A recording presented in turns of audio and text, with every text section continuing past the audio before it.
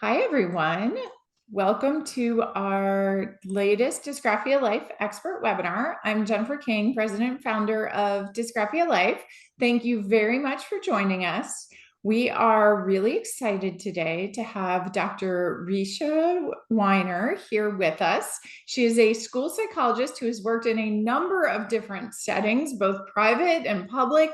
And one of the things that we were really excited about is she is currently working and has experience in students in high school, which is a question that we get a lot. There's a lot out there on how do you identify and think about specific learning disabilities and written expression for elementary school and younger grades, but not as much information on high school. So we are really thrilled to have Dr. Weiner here today. And with that, I will let her kick it off. A few small administrative notes. There is a chat, so you can put comments and questions in the chat, and our team member, Amy Copeland, will be manning the chat today. And then you can also put your questions for Dr. Weiner in the Q&A section. We also often get asked if this will be recorded, and yes, it is being recorded. We will send out the recording 7 days after the live event. So with that, we will get started, and thank you so much for being here, Dr. Weiner. Yeah, thank you so much for having me. I was really excited to come talk with your group today. As you said, I work in a public high school in the DMV area, and I've worked in a lot of schools in both Ohio, Maryland, and in Virginia. In both private and independent schools and public schools. So I've seen a lot. I've been a lot of places, and I've done K through 12. But really, I would say for me, my sweet spot has always been high school. And I think all but maybe 1 year of my career I have spent in a high school setting. So it's really what I love and what I'm passionate about. I often refer to the energy in high school as a delicious chaos. No 2 days are ever alike. But I love that. I love that part of it. And I love watching students grow between 9th and 12th grade until we send them off into the world. So I also currently have 2 teenagers in my house right now. So it's giving me I don't know, a more robust perspective on the high school experience, shall we say. I have a sophomore and a senior right now. So this presentation is really about understanding support for students with dysgraphia in high school. And I'm going to give you a little bit of a roadmap here. So today we're going to cover understanding how schools determine eligibility for services, preparing to work effectively and collaboratively with school teams, helping your child to develop self-advocacy skills, which this is a big one in high school. And we'll talk about that throughout the presentation. And then learning about testing accommodations, and then how students can take some of this into the post-secondary world for themselves. And I am always happy to take questions throughout. We'll do a Q&A at the end, but if you have burning questions that come up throughout the presentation, by all means, drop them in the chat, and we may get to them as we go along as well. All right, so I want to talk about the elephant. There is, I think sometimes there's an elephant in the room, and that's that schools and families don't always see eye to eye. And this can happen just because there may be some expectations that are different from families versus what a school is thinking about in terms of the evaluation process, or thinking about services and supports for students. It can feel sometimes like you both are going in for a high five, but you kind of miss hands and you don't get that big satisfying clap at the end of the high five. So we're going to talk a little bit about that as well. I think there are a lot of things that a school team has to think about and contend with. There are a lot of stakeholders, there are legal and ethical considerations, and I think families have a lot that they're thinking about as well. They want the best for their child. They want to ensure that their child is getting the support that they need. And I think where we can come to common ground is that everyone wants to see a student thrive and succeed. So that's where we kind of can meet, and we can get that satisfying clap on the high five. It's really, as the little note there on the side says, it's a balancing act. So to start off, I want to talk about understanding dysgraphia in the school's perspective. And there are many ways out there that and many tools that evaluators use both in the private setting and in the school setting to look at dysgraphia or really any disability. And they often have access to the same tools, but they may be looking at that data through different lenses. And this can be where things might seem like they're not matching up between what a private evaluator might be finding or saying, and then maybe what feedback you might be getting from the school.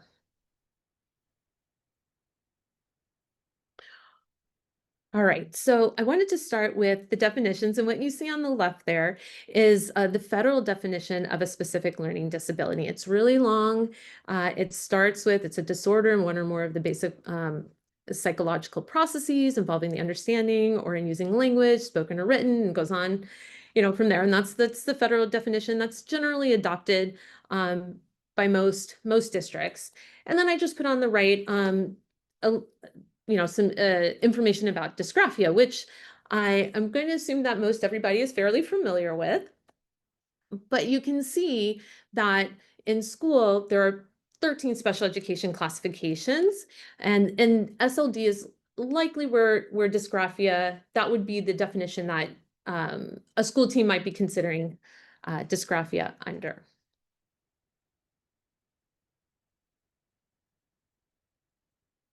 So as I said, sometimes this is where we might get that point where there's a little bit of a mismatch. So I wanted to talk a little bit about why a private diagnosis doesn't always mean school services. So schools must follow the educational criteria. That's really set by federal and state laws. It can vary a little bit between state to state, but by and large, it's pretty much the same, rather than following a medical diagnosis.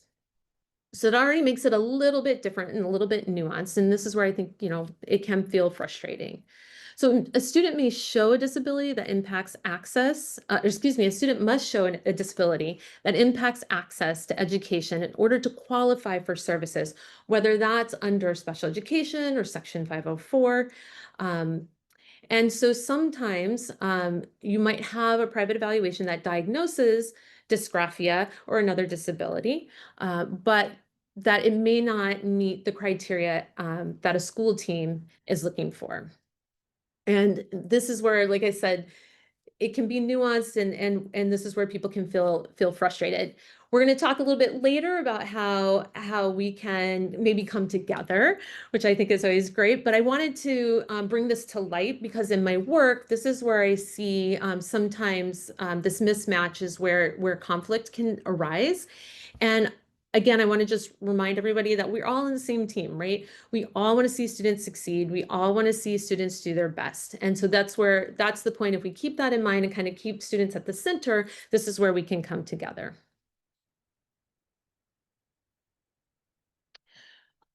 So that leads us to the eligibility pathways. And there are two ways that students can qualify for services or accommodations, and that's Section 504 or IEP or special education. Usually, a discussion of that is going to start at what's called a student support team.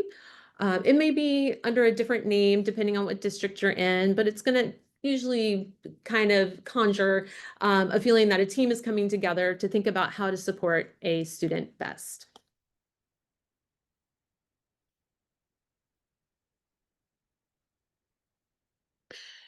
So I'm going to give a little bit of an overview of the eligibility pathways between Section 504 and special education. So first of all, in Section 504, kind of a broad overview. Section 504 is really a civil rights law. And actually, let me back up. I think one of the things that that I think we want to kind of understand is that when you're looking at Section 504 and special education, they're actually two separate laws. I think sometimes we get in a mindset that they are on a continuum, but they're not. They're actually two separate laws, and they have their own set of criteria each. And the first, so we'll talk about Section 504 first. And at its core, It's really an anti-discrimination law. So when we think about students with disabilities, we want to make sure that they have access to the general education curriculum and that no school or institution is discriminating against a person based on their disability. Section 504 will provide accommodations. It does not provide specialized instruction. That's more in the realm of special education. And some examples of that might be, and we'll get to a few more examples later as well. It could be extended time on written assignments or tests, access to a computer, or reduced written output requirements. When we look at special education, that's really falling under federal special education law, or IDEA, Individuals with Disabilities Education Act. And it requires that a student needs specialized instruction. So, and we're going to go over the criteria for those in the next slide as well, the questions that a team will ask when you're looking at eligibility. And special education is a little bit different again because it can provide that specialized instruction. So you see there for the example, specialized writing intervention or instruction in written expression, direct instruction and organization, planning and written composition, and then it would have goals targeting written expression.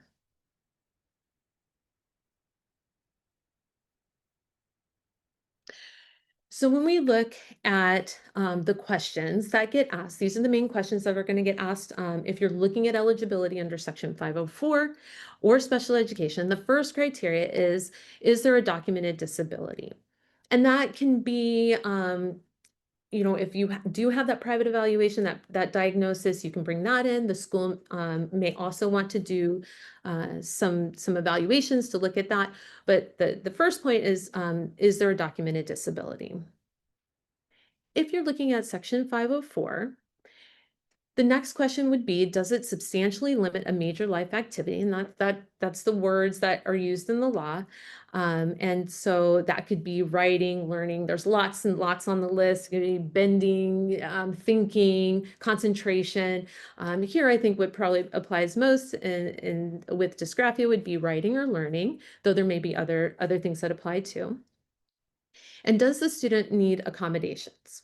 So a student can actually qualify for Section 504, but not require a Section 504 plan. So they could be covered by all the rights and protections that are afforded under Section 504, but at the time, the student is accessing their curriculum and they don't necessarily require accommodations at that time.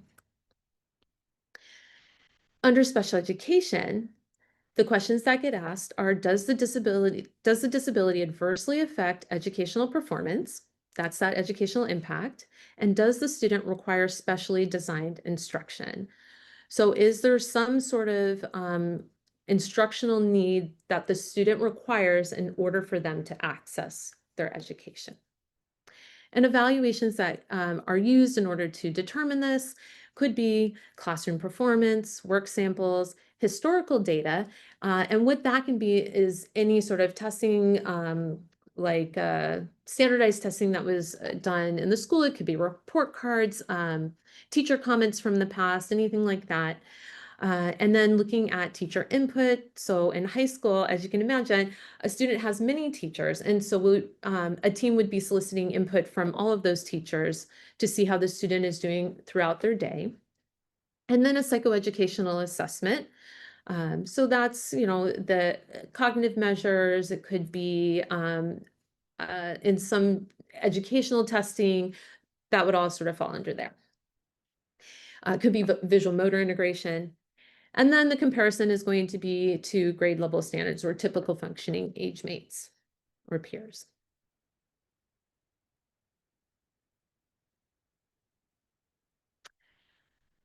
So I thought as part of this conversation, it might be helpful to talk about what goes into a school evaluation, a school psychoeducational evaluation, and how that compares and contrasts to what goes into a private evaluation.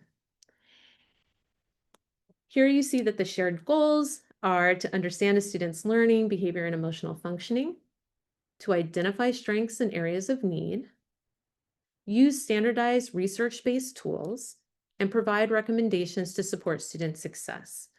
You'll see that in both types of evaluations. Both private and school evaluators are going to have similar access to cognitive and academic tests. They're going to follow professional and ethical standards.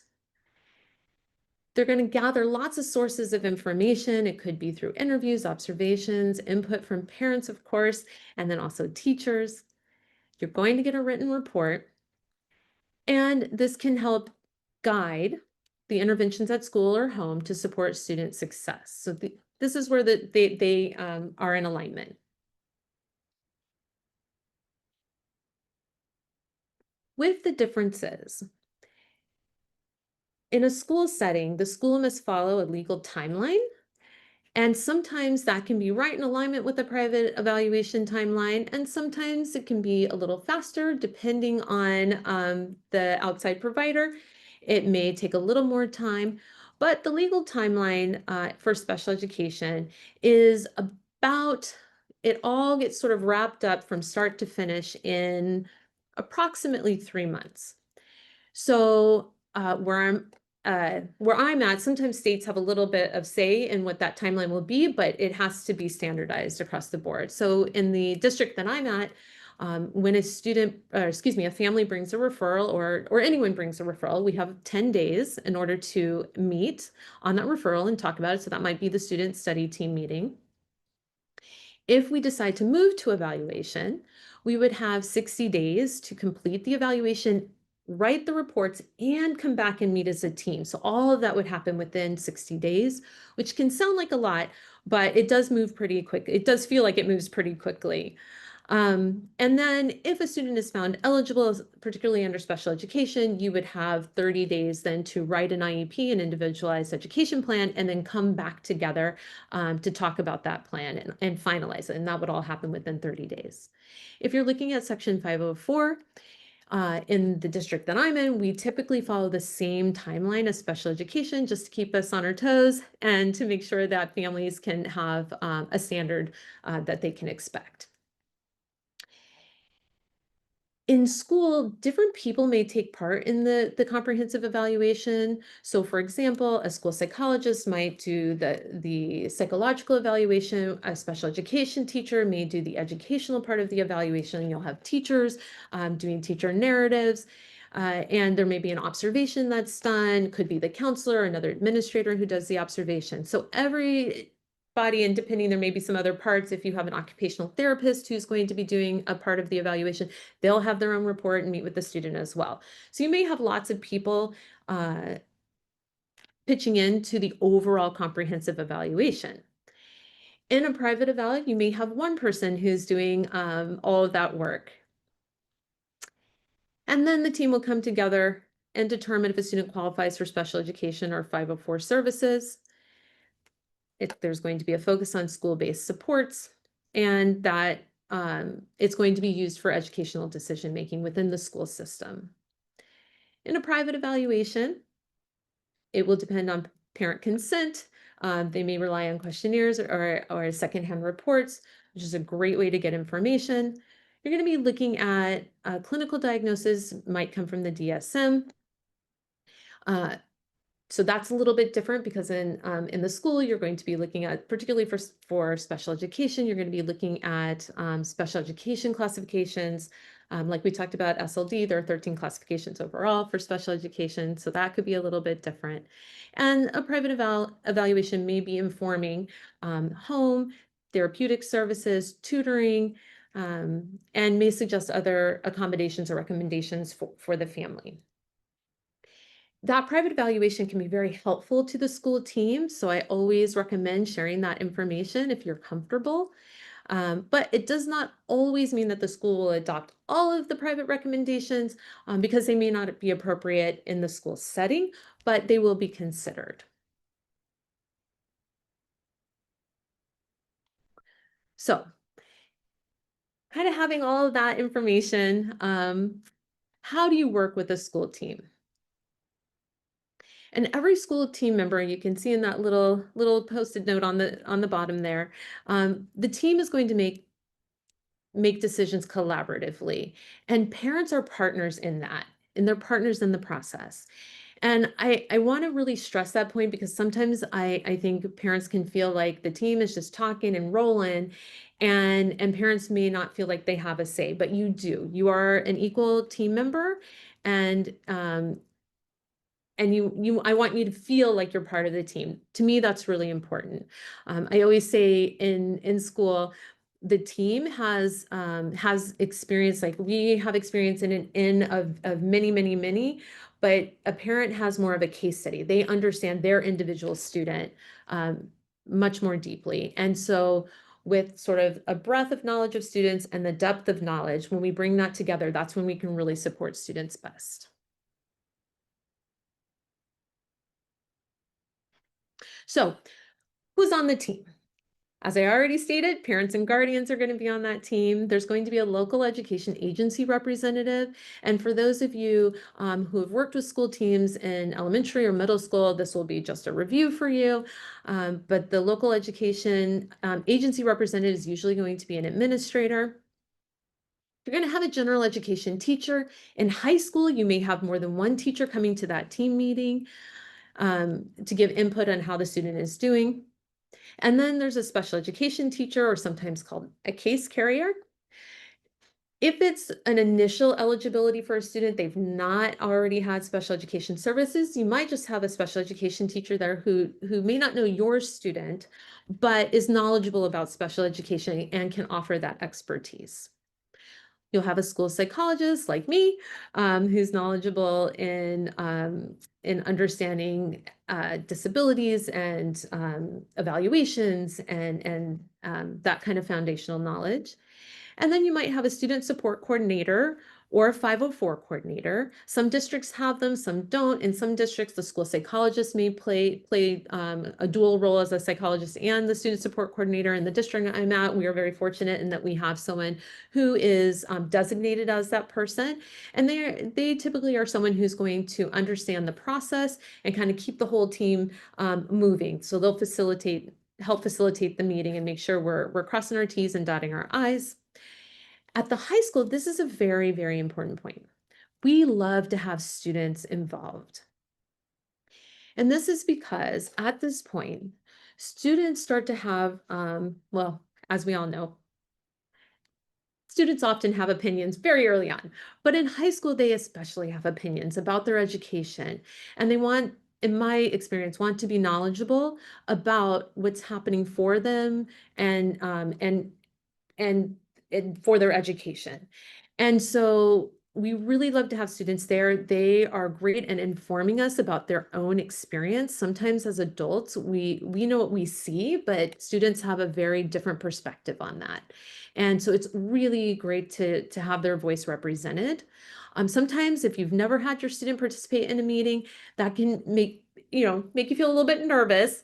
But I will say that at the high school, generally people are very accustomed to having students participate and will be there to support the student through that process and using very student-friendly language to help them understand what's happening.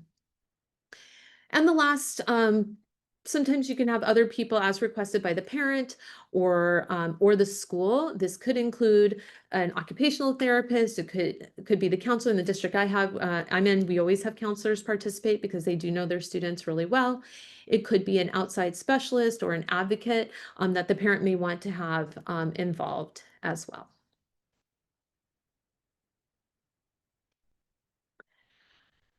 So, questions parents can ask. Sometimes it can be really overwhelming or intimidating to sit on a school team meeting. Often there are lots of people, as you can see from that list, who will be at the meeting. And one of the things that I'm always conscious of when I sit in these meetings, student support team meetings or special education or 504 meetings, is often, especially if they're in person, the whole team is already gathered around the table before the parent even walks in the room. And you can imagine, if you can picture that coming into a conference room and you already see a good 7 or 8 people seated looking at you when you walk in. And I'm always very conscious that that can, that can feel a little jarring sometimes. But the goal really is, I think, is always to make everyone on the team feel welcome and to feel like they can speak up. And so some of the questions that you may ask when you come to the team are some examples. How does my child's writing compare to peers? Is there data that shows an impact on classroom performance? This might be collected through work samples. It could be teacher input. What supports have been tried before? How will progress be monitored? So how do we know if change is happening? How do we know if progress is happening? What accommodations or strategies have been most effective? This often is teachers commenting on the different strategies or accommodations or interventions that are happening in the classroom, and they're commenting on the effectiveness of those using data like how students are doing maybe on exams or on homework or some other benchmark that's been set by the teacher.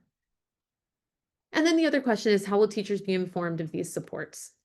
So typically, teachers will receive a copy of the accommodation plan or the IEP for their review so that they can help support students in class.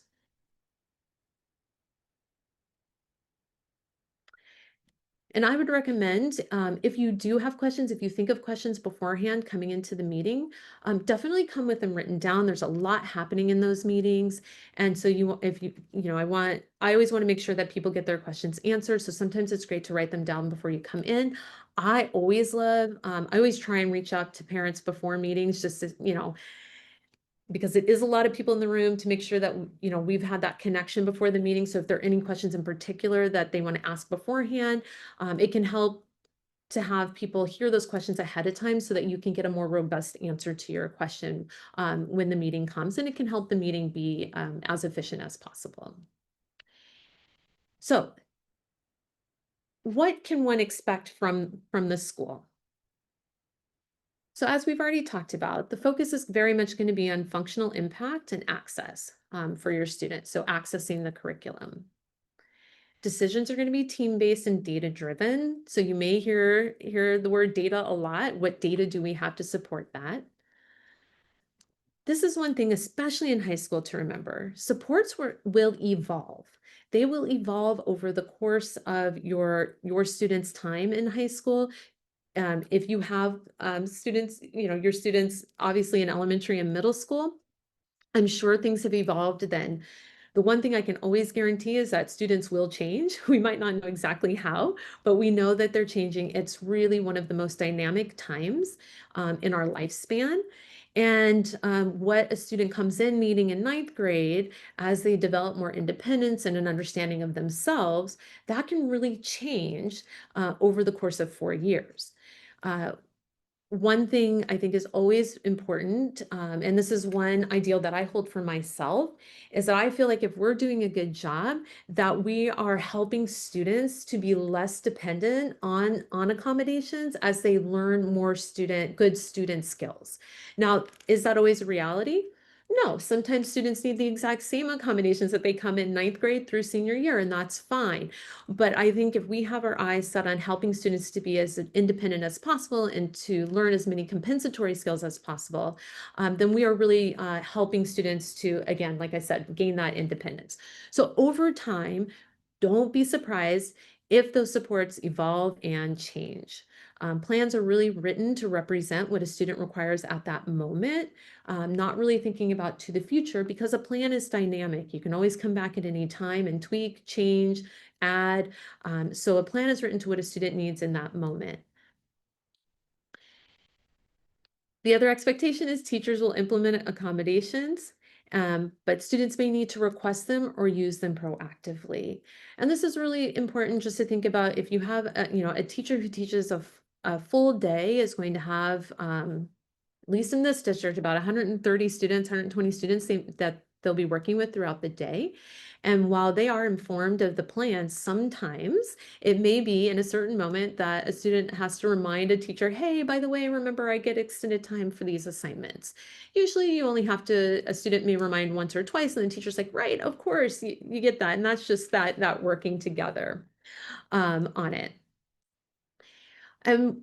On the other side, on the orange side, it's what does the school consider? They're always going to be considering evidence of impact on learning or classroom performance. Always going to be considering again the frequency and intensity of needs. So that goes back into that ever evolving um, list of accommodations or services that a student might require. Whether the needs can be addressed through general education supports. Particularly when you're talking about Section 504, um, that's really, again, that's an equal access law. And so if a support is available in the general education setting for a student to take advantage of, then that would be the way to take advantage of that accommodation. And then there are always legal standards that a school is going to consider.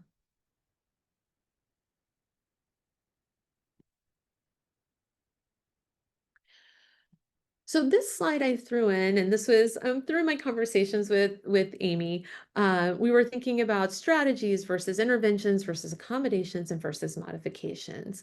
And really, this slide probably could have gone anywhere in the presentation, but I always think this is just a helpful way to think about these different things because they do have their own sort of definition and appropriate time when they be used. So strategy can really happen within any model of differentiated instruction, and they're really generally considered effective instructional and behavioral practices rather than a set of prescribed instructional procedures that are systematically implemented. So think about this as like a cooperative learning group, identifying similarities and differences. That would be a strategy that we would want to teach students, using advanced organizers, or just generally getting extra practice on something.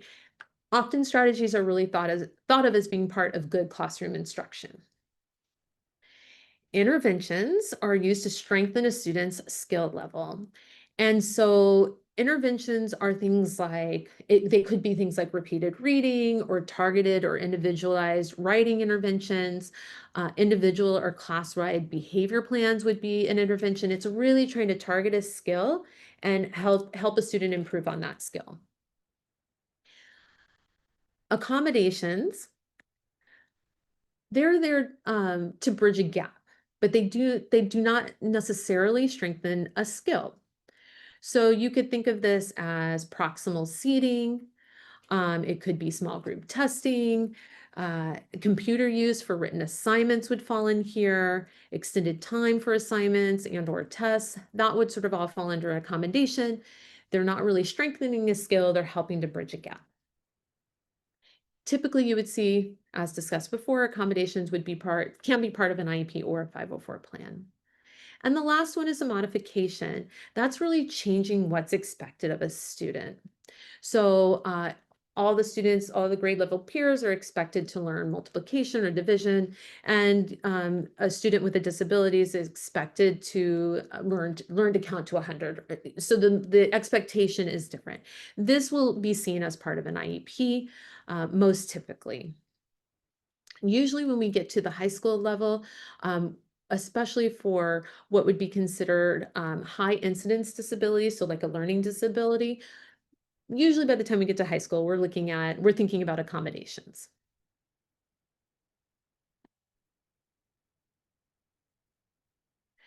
So in thinking about accommodations, some things to be considered are that accommodations are based on what a student requires within the context of that setting.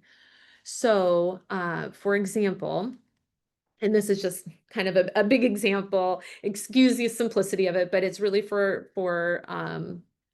uh, for to be illustrative. Let's say that in a school, every student gets extended time, then that might not be an accommodation in that setting that would need to be necessarily on a plan because to access the curriculum, if every student gets extended time, then you wouldn't necessarily need to put it on a plan. But if there's always a time cutoff, then you might want to add extended time for a student who requires more time to get their knowledge out and access the curriculum. Some examples, some other examples, extended time for writing assignments. Often in high school, and this is a really key point to think about, there's going to be a parameter on that. And when I first started out, we used to not put parameters. We're talking like 20 years ago. We just used to say, oh, yes, you get extended time. Just make sure it's in by the end of the semester, and that's fine. But we saw in like many districts, saw was that this was really difficult for students without kind of a little bit, some bookends on the time. Students were maybe waiting until the end of the semester, and then they would have a ton of assignments and it would kind of snowball. So to help students pace it out a little bit more, you're often going to see parameters. It also helps give teachers a little bit of direction on how to put this accommodation into play. And so you might see something like one extra class period. I'm in a block schedule at my school, so one extra class period actually means 2 days. I'm in another school, one extra class period might just be that it's due the next day. You might put in 2 extra class periods, whatever the student requires. Or you might very specifically put 50% extra time if it's an in-class assignment. Computer use for written assignments might be one. That one, even that one is a little bit, now every student gets a computer, so that's when that you have to look and see, what exactly would the student require a computer for, and think about how that might be reflected in the plan. Access to teacher notes could be one. Check-ins for organization, and access to assistive technology, whatever that student might require. Always remembering that no one size fits all. So I could give lots of examples, but it would always be very specific to what that student needs in the setting that they're in. And usually when we think about accommodations, we're thinking about things that a student needs all or most of the time.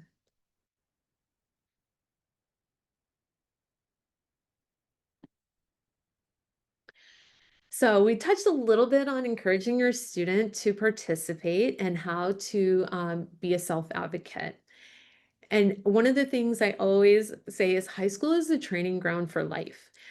So I always encourage a lot of student participation, is a lot of student self-advocacy while they're with caring adults, while they're with people who can help script things out for them. I often have students come to my office and they say, "Well, I want to talk to this teacher about X, Y, or Z, but I'm not sure what to say." And I said, "Well, let's script it out together.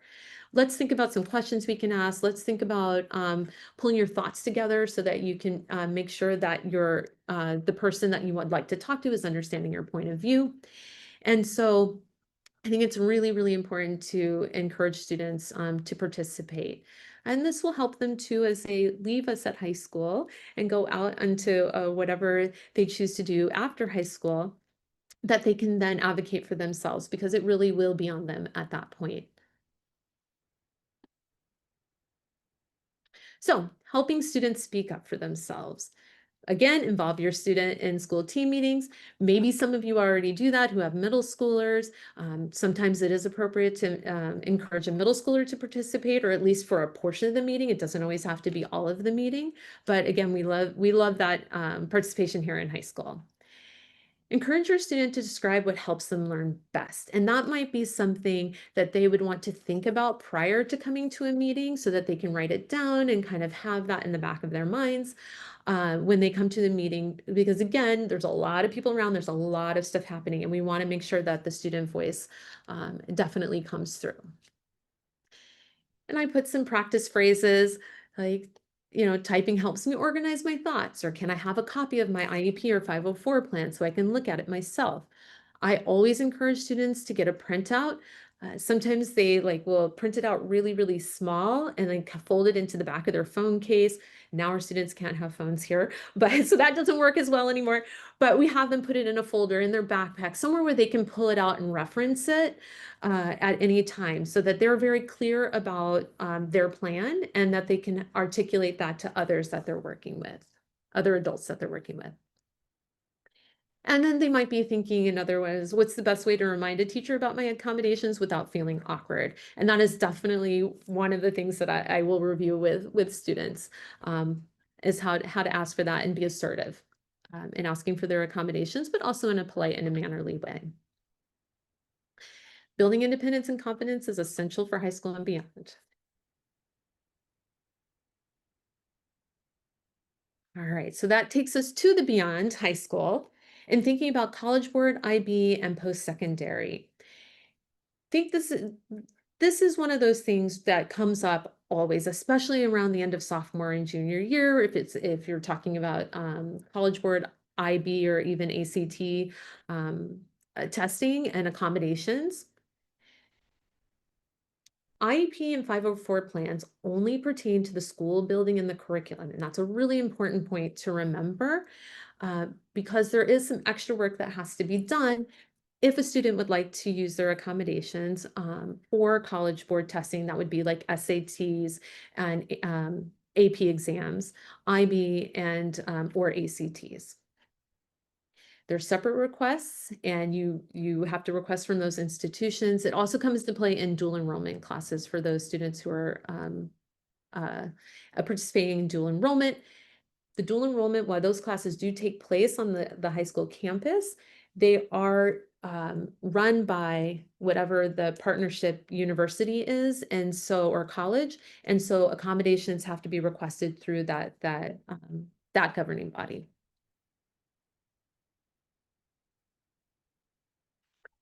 So, College Board, ACT, IB accommodations, how you apply for those, there's a couple different ways to do it. But the first and probably the easiest way is to talk with your student's counselor or their case carrier if they are a student who's in special education. You would talk to their case carrier, their counselor, and they can help direct you to the person who completes the applications on behalf of students. One thing you can expect that you'll sign a release of information so that the school can release whatever documentations the school has to that governing board. And then that entity will make their own decision as to whether or not a student qualifies for accommodations and what accommodations that they will afford the student.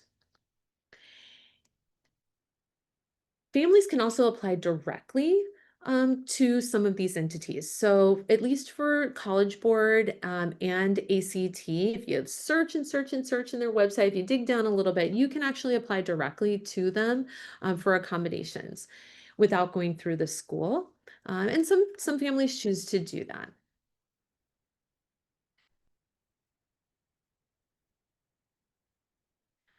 All right, and thinking about accommodations in college, and there are no IEPs and there are no 504 plans in college.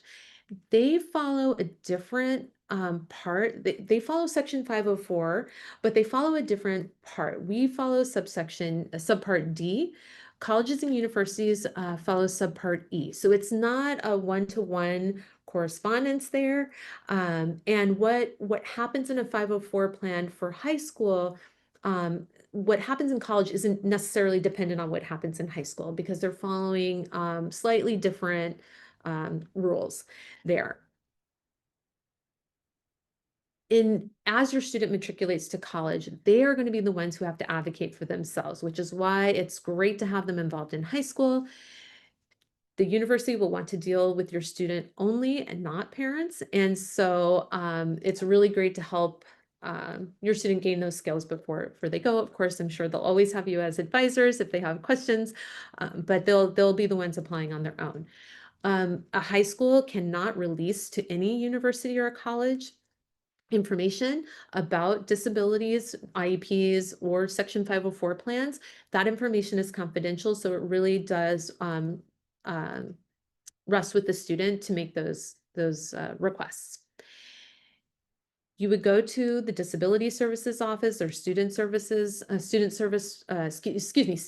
Services Office to register there. A lot of this is already online. You can go to the university website, look this up, provide the documentation right there, and they will get back to you that way. And I would recommend, as your student is looking to college or university, that one of the questions you're asking as you go on tours or researching different colleges or universities, that you're asking about disability services and factoring that into the decision that your student is making for post-secondary work. The documentation needed usually requires a recent evaluation. Sometimes that can be a school evaluation. If there was a school evaluation done, those schools don't necessarily evaluate for college, but they may be evaluating for the purposes of high school, but you can use that evaluation, or you can use a recent private evaluation. I put recent in quotes because every university and college kind of has their own definition of what recent is. It can also be a letter from a qualified professional, but the university will let you know what type of documentation they're looking for.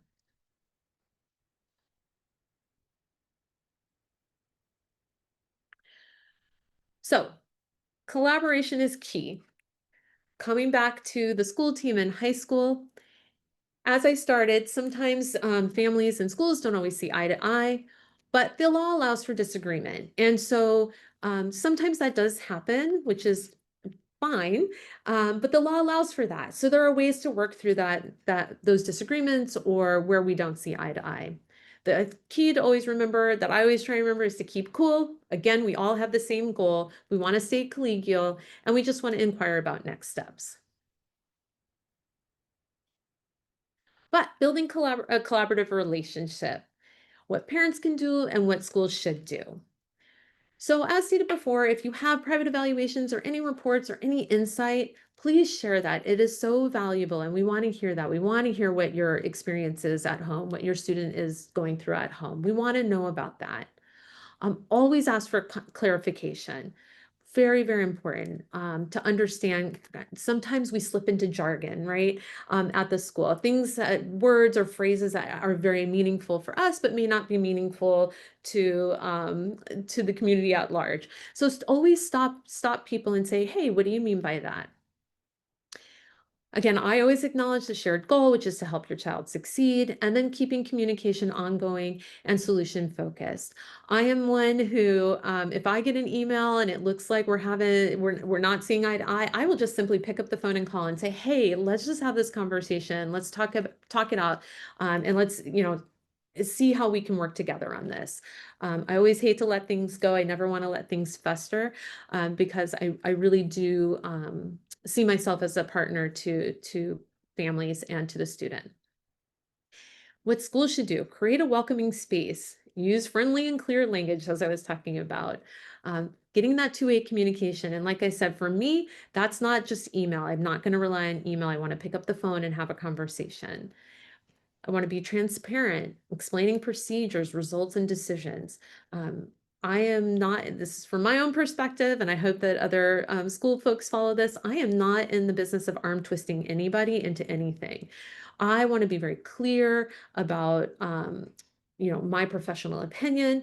I want to be very transparent about the process and what the different choices are, so that people have all the best information that they can to make a decision. And again, teamwork, always important. And then, as I said, following up, I think you should expect that a school will follow up with you and stay connected over time. So we've covered a lot.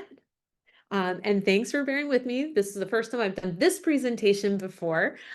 So I'm always on my own learning curve. But did anything make you nod your head, maybe laugh, maybe say, "Oh, that's us. Nope, that's them. That's definitely the school that I'm at." Or basically what's still on your mind?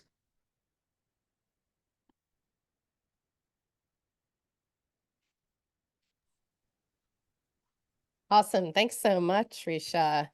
Um, we did have a question in the Q&A that we can start with, and then some other questions. So one of the questions we got is, what is the best practice when a child is diagnosed post-elementary school level and have missed the fundamentals? Now the middle or high school level expectation is something they can't achieve. I don't suppose you have any strategies or suggestions for that. Yeah. So yeah, that's a tough one. Um, I would definitely recommend connecting with your school psychologist for sure. Connecting with maybe a special education teacher, I'm not sure from this question if your student has been identified as having a disability either under Section 504 or special education. But even if they haven't, start having that conversation and finding out what the resources are like in your school. If they were, just looking at the question again, if they were diagnosed maybe outside of the school setting, uh, definitely sharing that diagnosis with the school to yeah, to really see what's possible and what can be helpful in supporting your student. Great. And then another question just came in also. What are some of the best practices with schools working with schools if they aren't seeing things your way or meeting your expectations about what they need to change? Don't want to burn relationships, but hold the school accountable for what they need to provide. Yeah, that's that's a tough one, and I think that is kind of it's kind of the crux of, I think, this presentation is how do you navigate that, which can be really hard. So I would definitely say stay in contact. I 100% agree with you about not burning relationships, and as a school person, I am also never trying to burn relationships, right? So I think that is most definitely a common goal. In that first slide, I talked about some of the constraints on what school teams have to think about in terms of um, the legal aspects, the criteria, the definitions, things like that. And I know we're often kind of being told from top down, hey, this year we're making sure we're doing this, or we're making sure we're doing that. So sometimes, and I don't know your experience with the folks you've been working with, sometimes people's hands are tied a little bit on what they can and can't do. But I would say, as you kind of stated, kind of the other side of not burning a relationship is leaning into those relationships. And so talking with the teachers, keeping the data, asking, how does my student compare to other students in the class? How long are they taking to complete assignments? What is the quality of that work that they're producing? And kind of keeping track of those things. I often tell people special education or Section 504 are not emergency services. So it may not be, it's not going to happen like that necessarily. So thinking about the long game, staying in support of your student, keeping in contact with school folks who work with your student, taking advantage of the different things that are offered in your school already to the general education population is always great. And that's great data if your student is really using those services frequently. That's data to be considered. So I actually have a follow-up question about that data. As a parent, a lot of times you are seeing different things than perhaps the teachers are seeing when they come home and are looking at homework assignments and what's happening and length of time and can they complete it and that kind of thing. How do you help your school get that data? What are you allowed to present? What's the best way to do that, to bring that to the team to make that useful? Because, I have seen in my own household where students, try to put their best face on during the school day, but then perhaps when they get home, it is not the same situation. Yes.